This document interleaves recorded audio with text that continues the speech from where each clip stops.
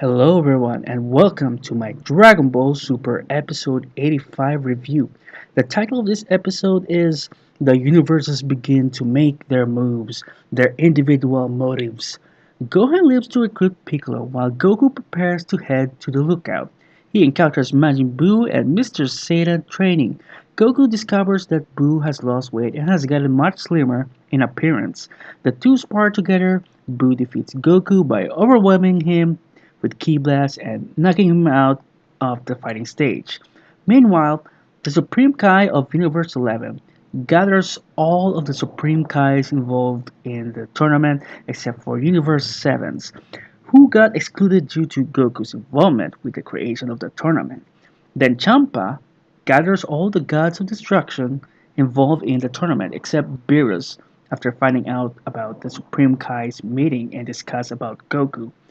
Topo recruits his fellow Pride Troopers, and then Champa recruits Kaba and demands he find more powerful Saiyans. Goku meets Dende at the lookout and learns number 17's location. And finally, Gohan prepares to train with Piccolo. So, my thoughts on this episode. Um, it's a good episode builder for the Universal Tournament arc.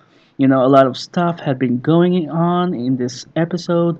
It was not entirely focused on Goku recruiting his team, like in the last episode where they recruited Krillin and 18. So I have a couple teensy wincy um, minor complaints in this episode that bothered me watching throughout this episode. Well, number one is lazy animation, because the animation in this episode overall is absolutely fantastic. It's just that in the beginning of this episode, we saw Gohan and Goku traveling from the sky having conversation. Where to find Piccolo and 17 and all that. I noticed that their hair and their clothes while they are traveling, they have no frame movement at all. I don't know if you guys noticed that, but I cannot help but uh, notice the slightest mistake in this scene. I find it uneasy and annoying, but I fully understand that the animation team who worked on this episode were probably in a rush to finish their deadline. But I hope they might add a few animation frames on the Blu-ray release, which I doubt they will notice their unfinished production of this segment. And then my second minor complaint, is the Goku and Boo fight. There is nothing wrong with the fighting choreograph between them. I think it was an exciting fight, but my only complaint in this scene is why they have to battle at Mr. Satan's place. And, just have a brawl fight somewhere else away from the society so they don't be disturbed. They are ruining the peace and quiet in that city. It'll make the civilians scared the hell out of where the explosions are coming from. I know that Goku is in a hurry to check on Boo's fighting condition, but he is acting foolish in this episode by not showing any concern on the surroundings around them. If they decided to fight at Mr. Satan's place, then perhaps they should add another picture where the civilians are coming out of their home panicking and complaining with all that, earth shaking and explosive noise coming from. That could have been more convincing and made a lot of sense. And then, lastly, Goku meeting with Dende. Um, when Goku landed at the Kami's lookout, he was surprising Dende's height. Dende grew taller for the first time since the Boo arc. I was confused and bothered at first because Goten and Trunks actually never gotten tall in the Dragon Ball Super ever since the Babidi arc. It's been probably more than a year now after Goku defeated Majin Buu, and they should be nearing their teens or something right now. But later, I realized that the Mechians can age fast each year and has a lot longer lifespan comparing to the humans and the Saiyans.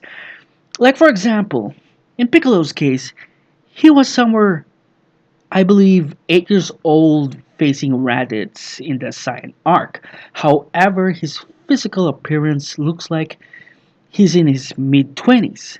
So, yeah, those are just my minor complaints in this show. It doesn't affect the storyline of this arc that Toy is building up. Now, let's talk about what I like about this episode. So, number one, when Goku was facing Boo, like I said, the fighting choreographs looks fantastic on this one. It may be a short fight, but I find it very entertaining.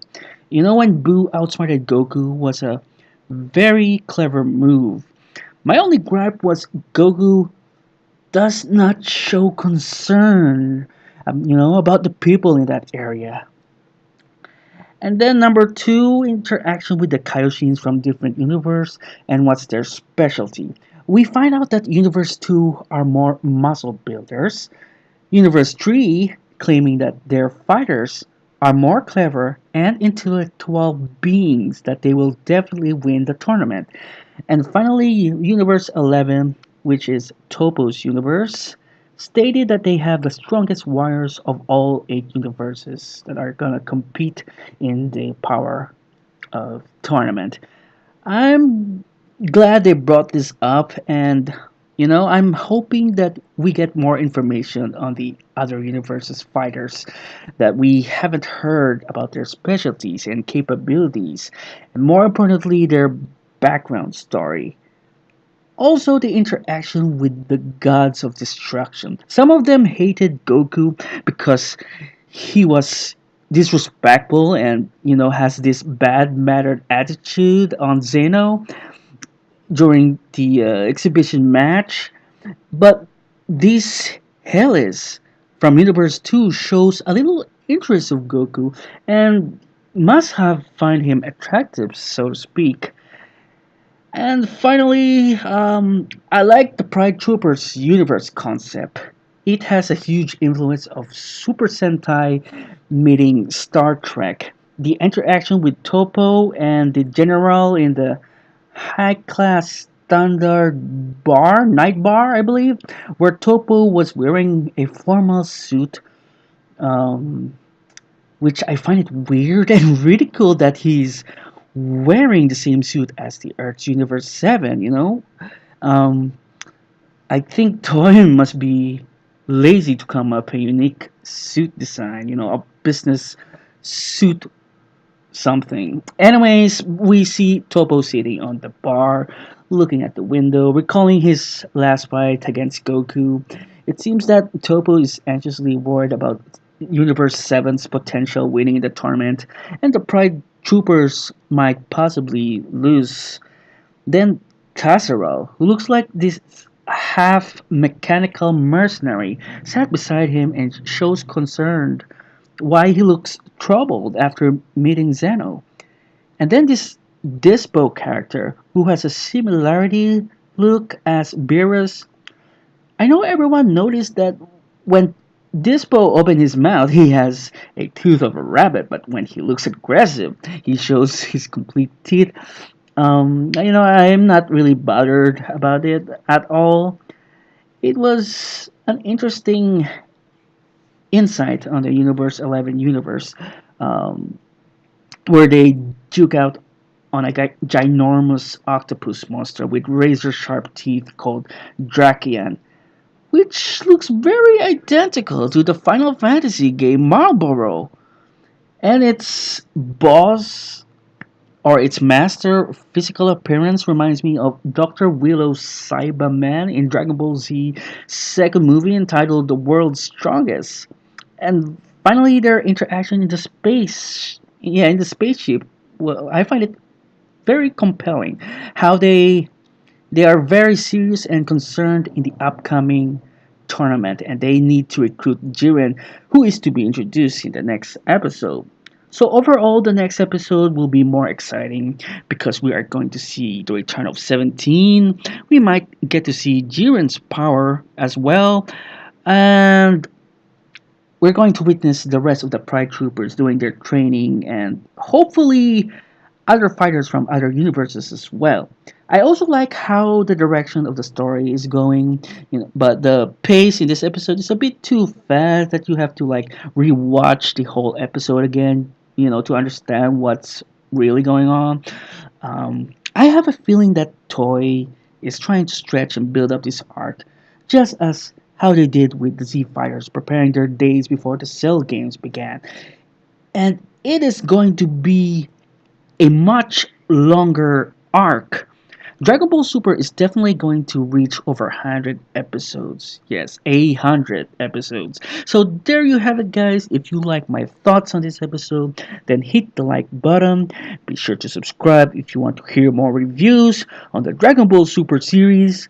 And let me know your thoughts on this episode by leaving a message on the comment section below. This is your boy Thunder Trunks.